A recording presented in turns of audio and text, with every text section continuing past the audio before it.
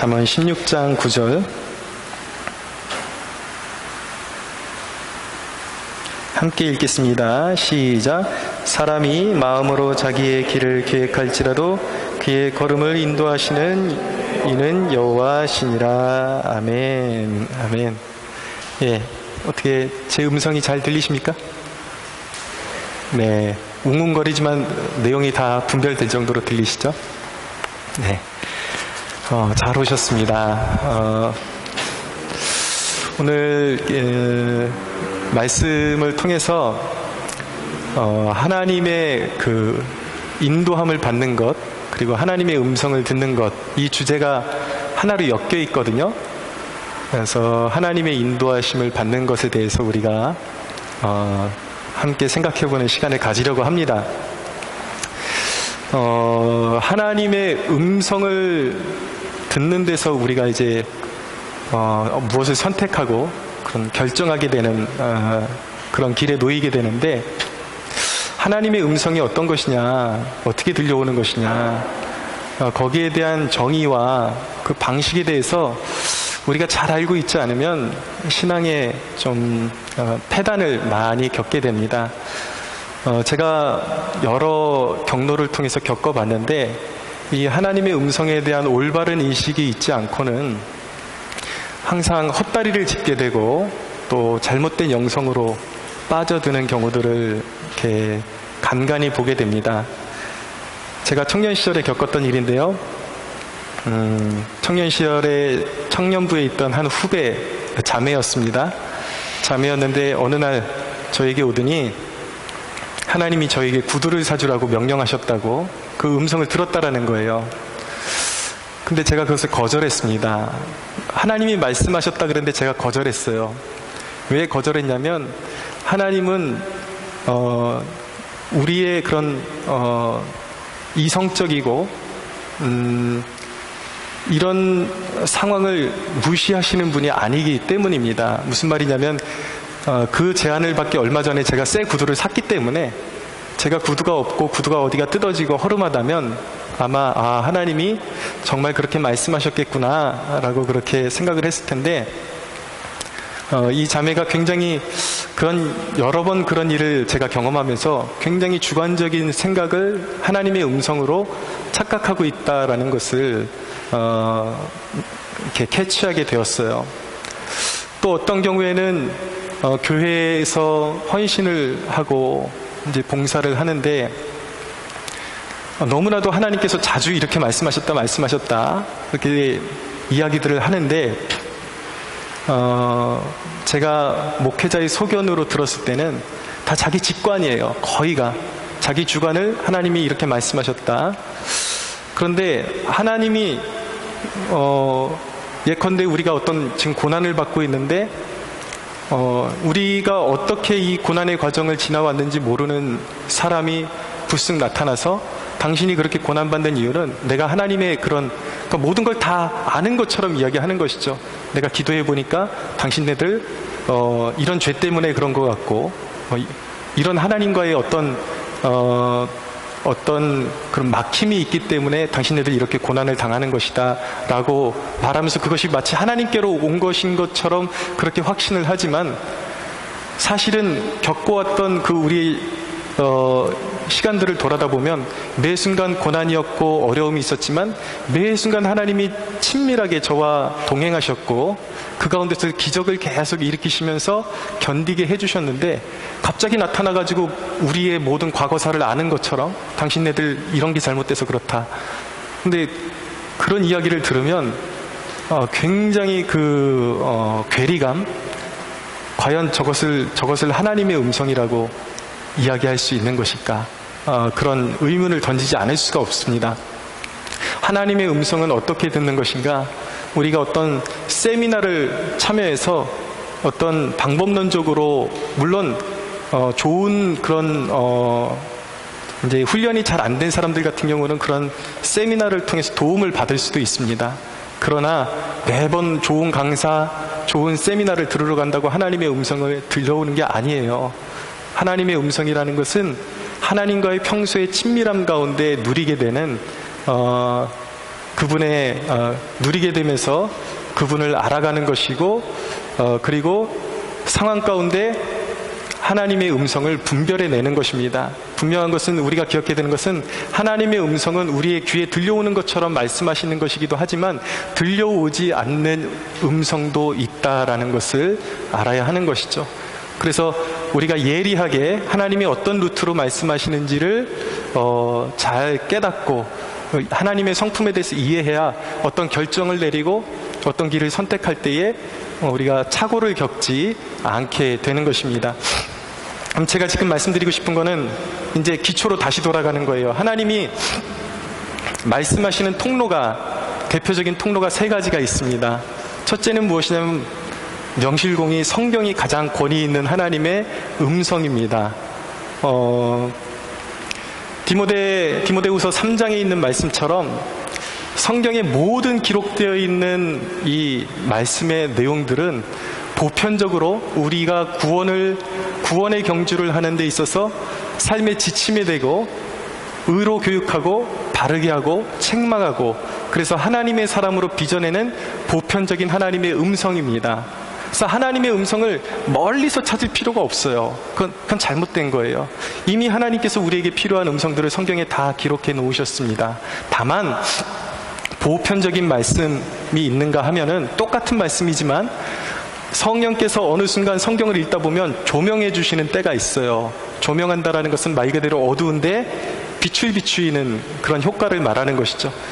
이 말씀이 평소에는 평범하게 그렇게 읽혀지다가 어느 순간 성경을 읽다 보면 성령님께서 확 조명해 주시면 그 말씀이 확 살아서 내 가슴 속으로 확 튕겨 올라오는, 그리고 마음이 뜨거워지고, 어떤 때는 눈물이 솟구쳐 오르고, 어떤 때는 아무런 감동이 없는데 왠지 모르게 하나님이 나에게 뭐라고 이 말씀을 통해서 속삭이는 것처럼 그렇게 말씀해 주시는 것, 성령이 조명해 주실 때 이 기록된 말씀이 나에게 개인적으로 주시는 하나님의 음성으로 다가온다라는 것을 가장 우리가 유의해서 깨닫고 알고 있어야 하는 것입니다. 성경이 가장 중요하죠. 두 번째 말씀하시는 통로는 무엇이냐면 바로 환경입니다. 환경. 사도행전 17장에 보면은 하나님께서 우리의 연대를 정하시고 거주의 한계를 정하셨다라고 말씀하고 있습니다. 그러니까 우리가 이곳에 태어난 것, 그리고 우리 주위에 만나는 사람들, 이것이 우연이 아니라 하나님의 선하신 계획 가운데 이 자리에 우리가 와 있게 된 것이라는 것이죠. 거기에 메시지가 있다라는 거예요. 우리가 어딘가를 가게 되고, 어떤 직장에 가게 되거나, 어떤 나라에 가게 되거나, 어떤 교회에 가게 되거나, 그것을 만나는 사람들, 이것이 다 하나님이 주시는 메시지가 있다라는 것이죠. 어떤 하나님 나라의 어떤 특별한 목적을 가지고 만나게 하신 인연이라는 것을 알기를 원합니다. 하나님은 어떤 만남을 통해서, 그리고 어떤 전개되는 사건이나 일을 통해서 우리에게 말씀하십니다. 그것이 메시지로 이렇게 우리에게 오는 거예요.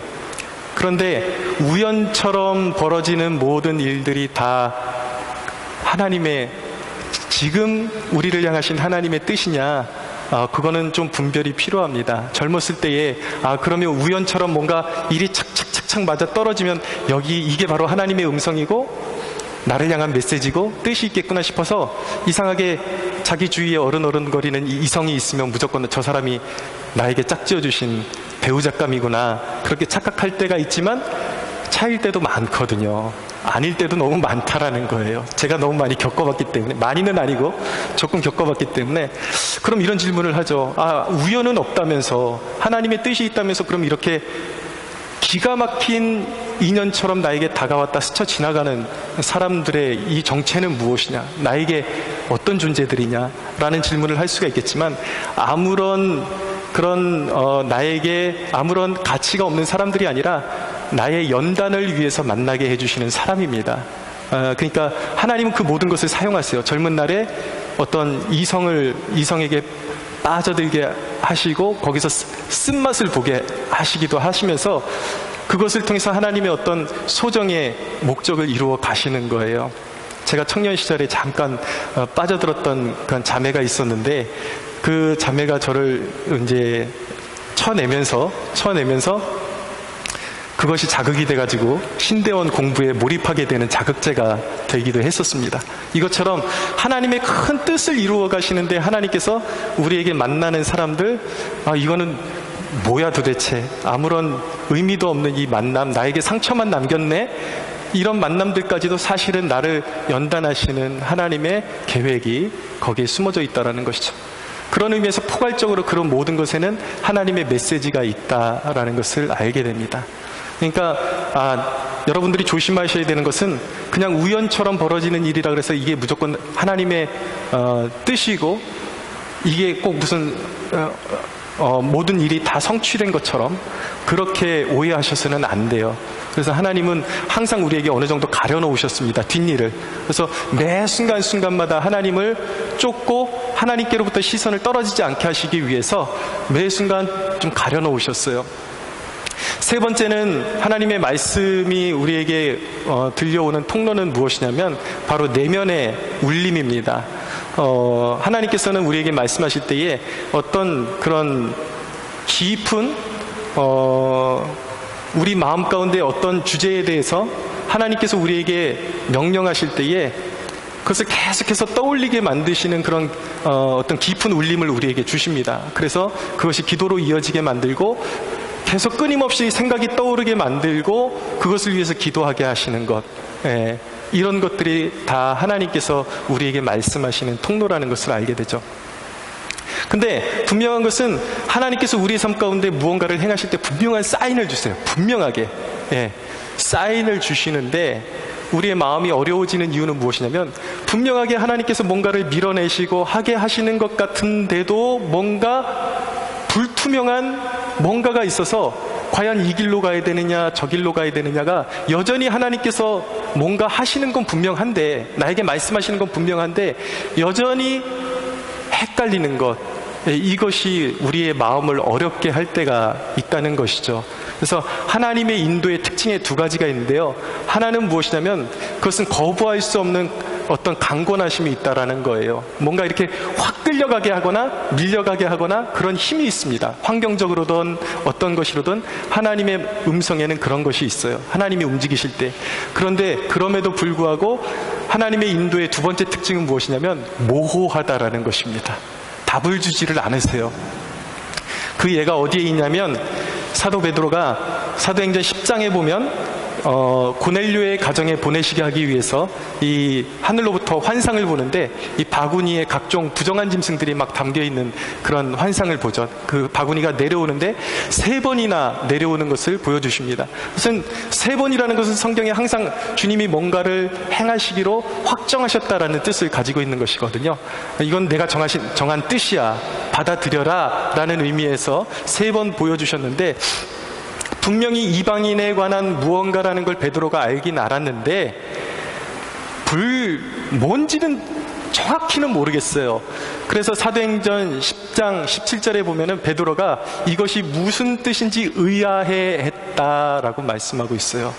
그러니까 아무리 위대한 사도도 하나님의 뜻을 환상을 보여주시고 음성을 듣게 하셔도 모든 것을 정확하게 알 수 있는 것은 아니었다.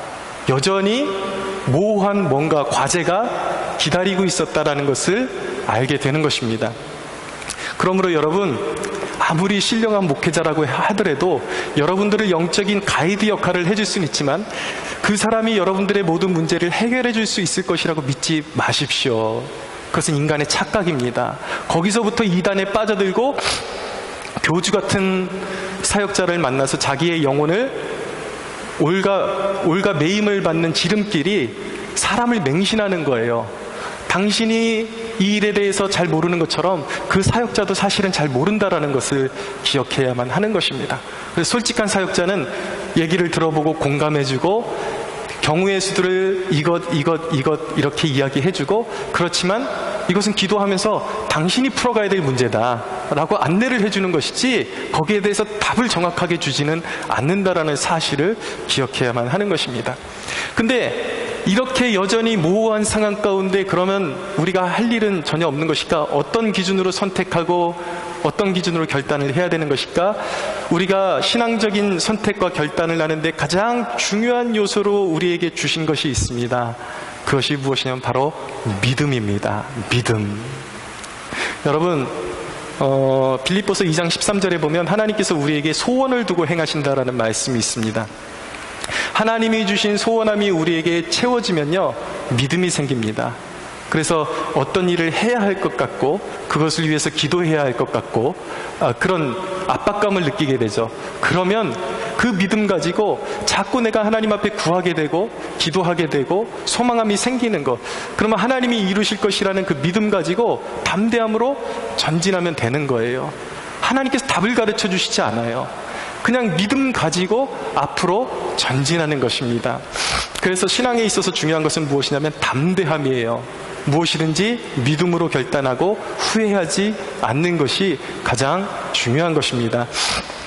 그러면 우리가 믿음으로 결단하는데도 우리가 인간이기 때문에 죄의 본성이 우리 안에 자리 잡고 있기 때문에 우리는 이 믿음이, 이 강건하심이 진짜 하나님께로부터 온 것이고 하나님께 기쁨이 될 만한 것인가 점검하는 게 필요해요.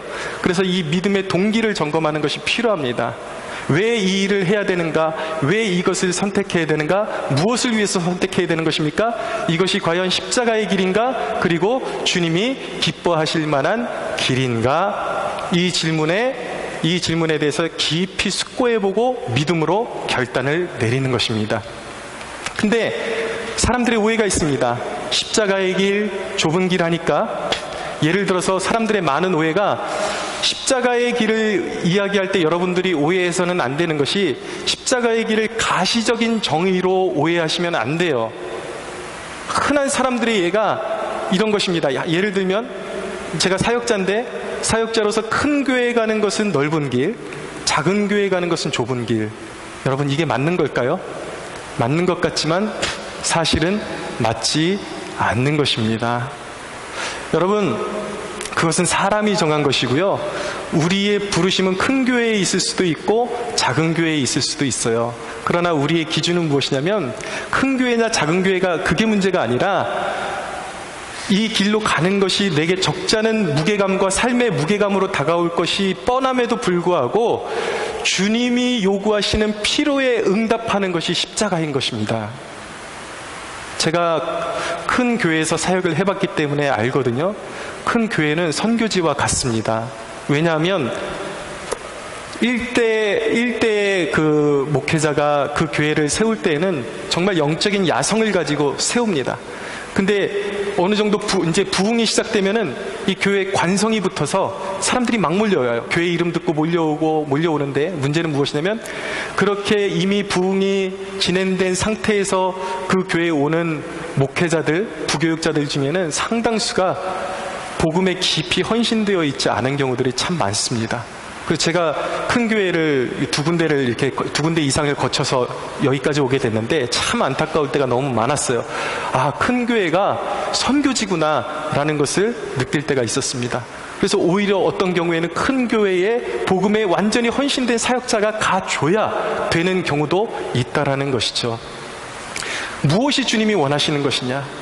어떤 경우에는 기독교 역사에 보면 정말 그런 역사들이 있습니다. 어떤 큰 교회에 이제 감독으로 오라는 청을 받았는데 작은 목회를 하고 있다가 정말 그런데 욕심이 없는 분들이 있어요.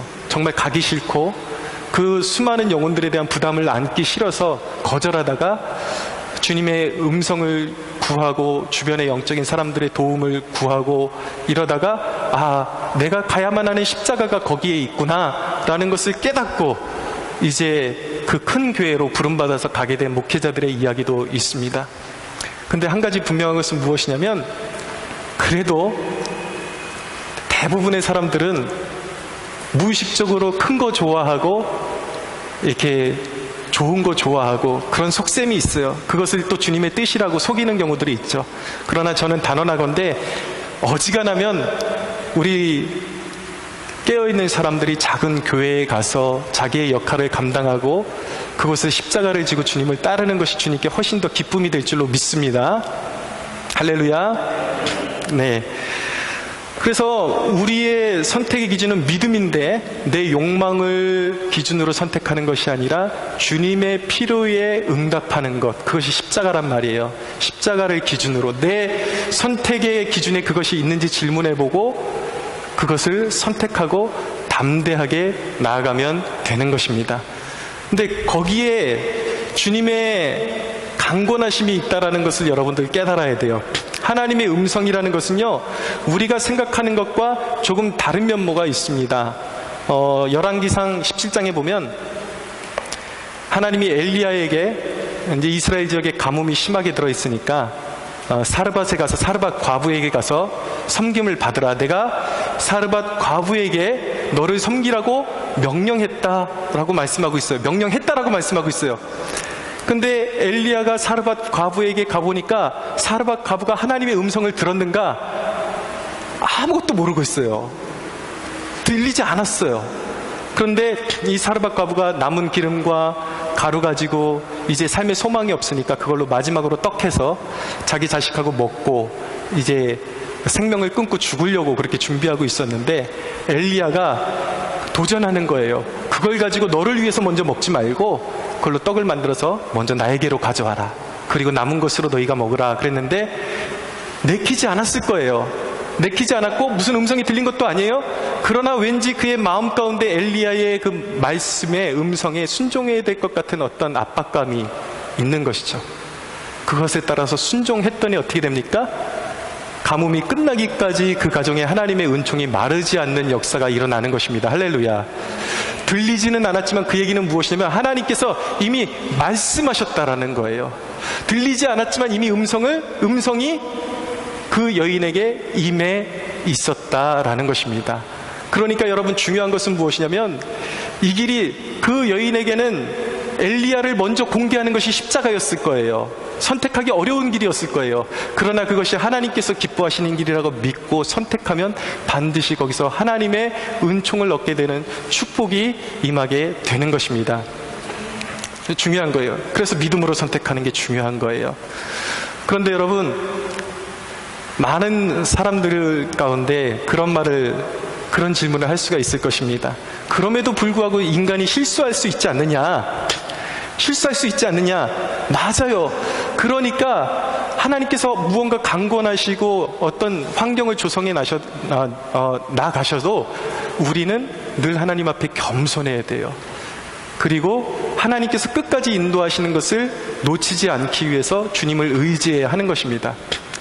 내가 잘못 선택하면 어떡하지? 이런 불안감이 올 때 우리가 기억해야 되는 한 가지는 무엇이냐면 하나님이 우리 아버지라는 사실을 꼭 기억하셔야 돼요. 제임스 패커라는 분이 신학자가 한 말이 무엇이냐면 예수 그리스도는 우리의 목자가 되시기 때문에 목자가 하는 일은 무엇인가? 양이 길을 잃어버리면 목자는 양을 찾아온다라는 것입니다. 우리가 길을 잃어버리고 실수할 수 있어요. 그러나 주님을 추구하고 주님을 끝까지 바라보고 주님이 나의 목자이심을 믿음으로 바라보면 우리가 설령 길을 잃어버린다 할지라도 주님은 우리를 찾아오십니다. 할렐루야. 주님과의 연합의 능력, 이것이 그만큼 위대하고 놀라운 것이라는 것이죠. 여러분, 인생의 방황이라는 것은요, 내가 지금부터 어느 쪽을 선택해야 되고 무엇을 선택해야 되는지 모르는 게 방황이 아니에요. 그리스도 안에 있으면 그것은 방황이 아니에요. 그냥 우리의 훈련의 과정일 뿐인 것입니다. 진정한 방황은 무엇입니까? 아무리 세상적으로 부하고 명예가 있고 모든 것을 성취한다 할지라도 방황은 예수 그리스도 밖에 있는 것이 인생의 방황인 것입니다. 그러므로 사랑하는 여러분, 그리스도 안에 머무십시오. 그리스도 안에 거하는 축복이 있게 되기를 바랍니다. 형식적으로 교회 다니시는 분들이 있다면 예수 그리스도를 구주로 영접하십시오. 그분께 온전히 삶을 드리십시오. 그곳에 예수 그리스도께 헌신하는 백성들은 결코 영원토록 길을 잃어버리지 아니할 것입니다.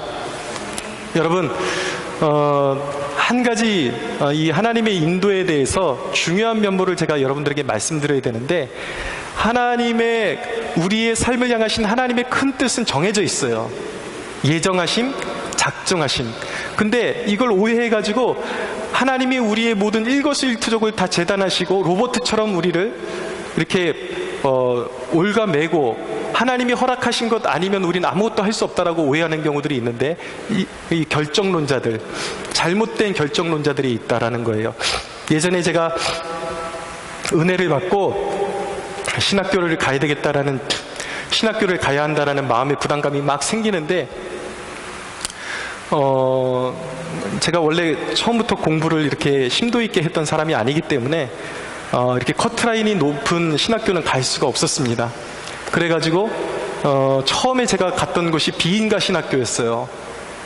근데 그 비인가 신학교에서 제가 편입을 해가지고 1년 정도 공부를 하다 보니까 이 마음에 열의가 생기는 거예요. 더 많이 배우고 싶고, 하나님에 대해서 더 잘 배우고 싶고, 단지 이 학교만 졸업하는 데서 끝나는 것이 아니라 기회가 되면 유학도 가보고 싶고.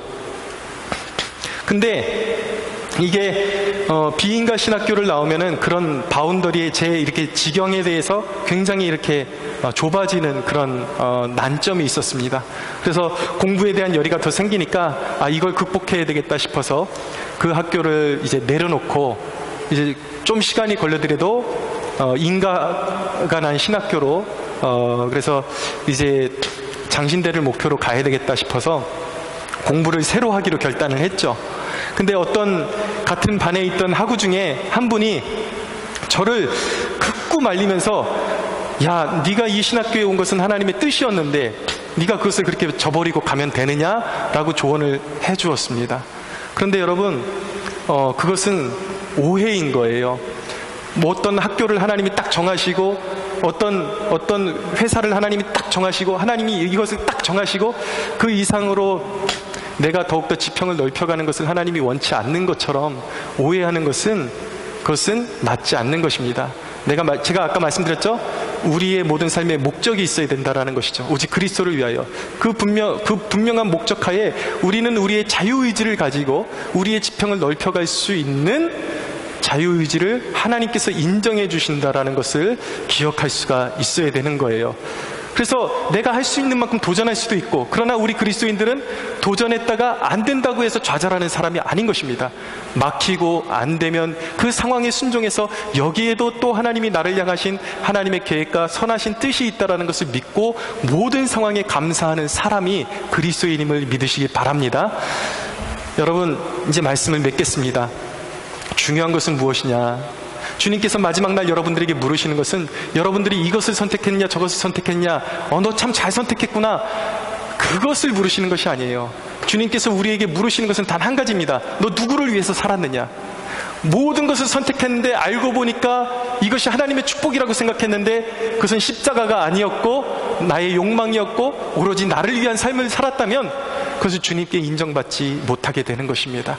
주님께서 물어보시는 것은 이것 단 한 가지예요. 그것을 누구를 위해서 선택했느냐? 여러분, 동기가 더 중요한 것입니다. 그러므로 여러분, 지나치게 헛된 그런 두려움이나 이런 것들을 벗어버리시고 이 믿음 안에서 담대함으로 여러분들이 갈 길을 선택하고 하나님의 인도하심을 구할 수 있는 여러분들이 되시기를 축복합니다. 여러분, 믿으십시오. 그리스도 예수 안에 있는 자에게 성령께서 앞서가십니다. 할렐루야. 찬양의 가사 중에 늘 제가 은혜롭게 부르는 것이 주님 결코 우리를 떠나시지 않네, 주님 결코 우리를 포기하지 않네, 이것이 하나님께서 그리스도 안에서 우리에게 허락하신 놀라운 축복이요, 믿는 자에게 허락하신 영원한 복락이라는 것을 기억하시면서 성령님을 날마다 의지하여 하나님의 기쁨이 되는 그 일을 선택하고 행하고 순종할 수 있는 그러한 저와 여러분들이 되기를 예수 그리스도의 이름으로 축원합니다. 우리 하나님께 영광의 박수 올려드리겠습니다.